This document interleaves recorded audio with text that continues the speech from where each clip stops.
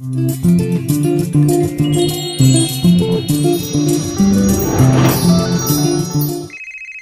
يا حبيبي؟ لا ده انا في البيت، انا تعبانه مش هنزل النهارده، ما عنديش شغل.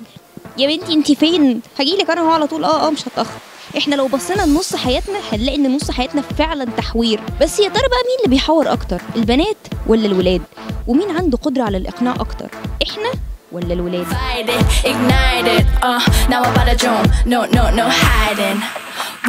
اخر مره حد حاور عليك كده حوار كان ايه؟ هو ناس كتير بصراحة. لا مش هينفع.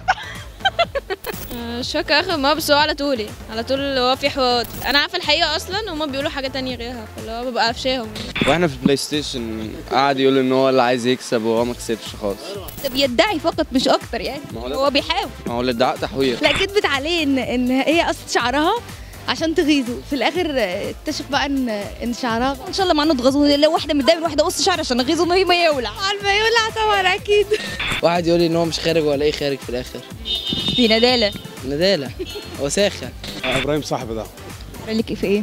حاور عليه، قال لي مره تعالى نروح الغردقه وخدني راح اسكندريه. واحد يقول لي عندي اوضه جيم في البيت، اجهزه رياضيه في البيت كتيره. منك اشتراك ولا ايه؟ مش عارف انا والله العظيم، بس هو كان بيحور عليا، كنت في ابتدائيه ساعتها. ابقى انا مثلا فين تحت بيت الواد وهو لسه بيستحمى لسه صاحي مثلا. يا اسطى انا على السلم يا اسطى. كنت زعلان منه وهو قلب الحوار ان هو اللي زعلان منه، مش انا اللي زعلان منه. الناس دي بتبقى رخمه قوي يعني. لا بس انا بحبه. انا من فنون جميله يعني، ودخلت عادي وانت مش من فنون جميله؟ وفي مره ما قفشنيش كده يعني. بجحة جدا اللي هو اللي في دماغي بقوله يعني. محسن صاحبي قال لك فين؟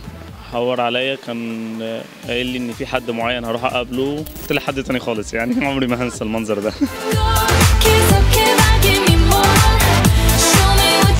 بيحور اكتر البنات ولا الولاد؟ بنات. الله علينا سمعه والله العظيم. لا البنات محاورات ومقنعين. هو البنت بصراحه. اشمعنى؟ اصل مجربها في اختي، يعني بتدي تعبير كده وجهيه غريبه كده. ايوه وتعيط ومش عارف ايه، وفي الاخر برضو بنقتنع كلنا، الاسره كلها بيها. ولازم هو يقنعك ازاي؟ من المحنة. انا عن نفسي انا بصدقهم. اللي هي ممكن تخلي ايه مثلا، ممكن تعيط. ايوه. هما الولاد ده بيحبوا يحوروا يفرضوا شخصيتهم كده، فاللي هو ايه هم اصلا ما عندهم شخصيه، فاهمه؟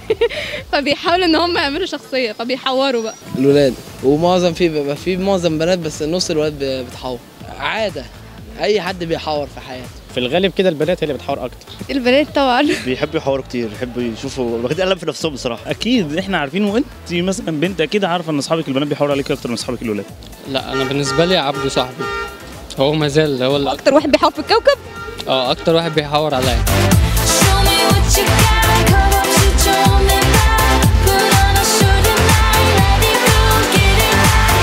مرة حورتي على باباكي ومامتك كده كان امتى بس؟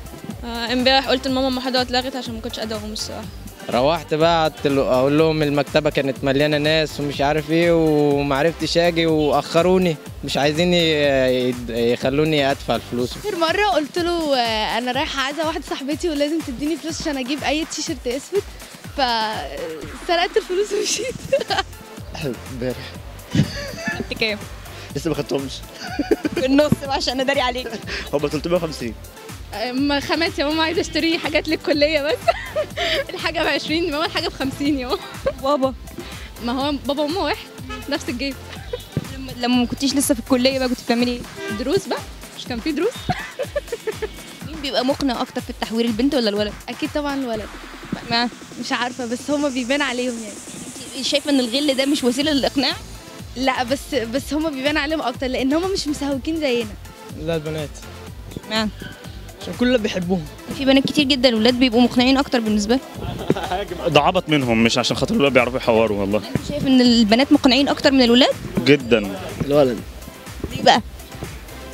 ان هو يعني انت هتلاقي كذا ولد بيضحك على اي بنت، كذا ولد بيضحك على صاحبه، لكن البنات يعني انسان رقيق يعني ما بيضحكش على حد. يا كيوت. ربنا يخليك. لا الولاد بصراحه مقنعين بطريقه فظيعه.